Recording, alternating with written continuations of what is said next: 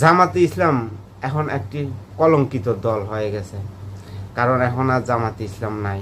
এখন তারা দর্শনের দলের পরিণতি হয়েছে, বলৎকারের দলের পরিণতি হয়েছে, সমকামিতা দলের পরিণতি হয়েছে। তাদের কার্যকলাপ দেখলে মনে হয় না তারা জামাতে ইসলামী। তো এই জামাতে ইসলামীকে কেউ জামাত ইসলামী বলবেন না।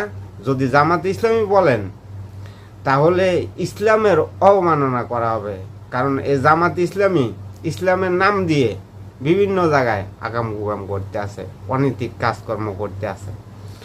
বিভিন্ন মানসম্মানী ব্যক্তিদেরকে নিয়ে তারা গুজব ছড়াইতে আছে, মানসম্মানী ব্যক্তিদের মানসম্মান হানি করতে আছে।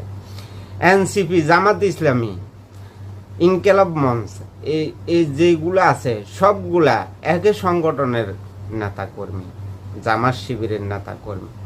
তারা বিভিন্ন নামে তারা আবির্ভূত হয়েছে দেশের নৈরাজ্য, দেশে বিশৃঙ্খলা সৃষ্টি করার জন্য।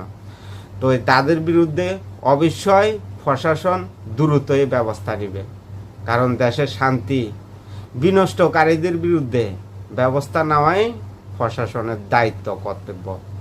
তো আশা করি বাংলাদেশ সরকার তাদের বিরুদ্ধে আইনগত ব্যবস্থা নেবে। এই জঙ্গলি সংগঠনের নেতাকর্মীদের বিরুদ্ধে এই জঙ্গলি কর্মকাণ্ডর কারণে তাদেরকে আবারও নিষিদ্ধ করতে হবে।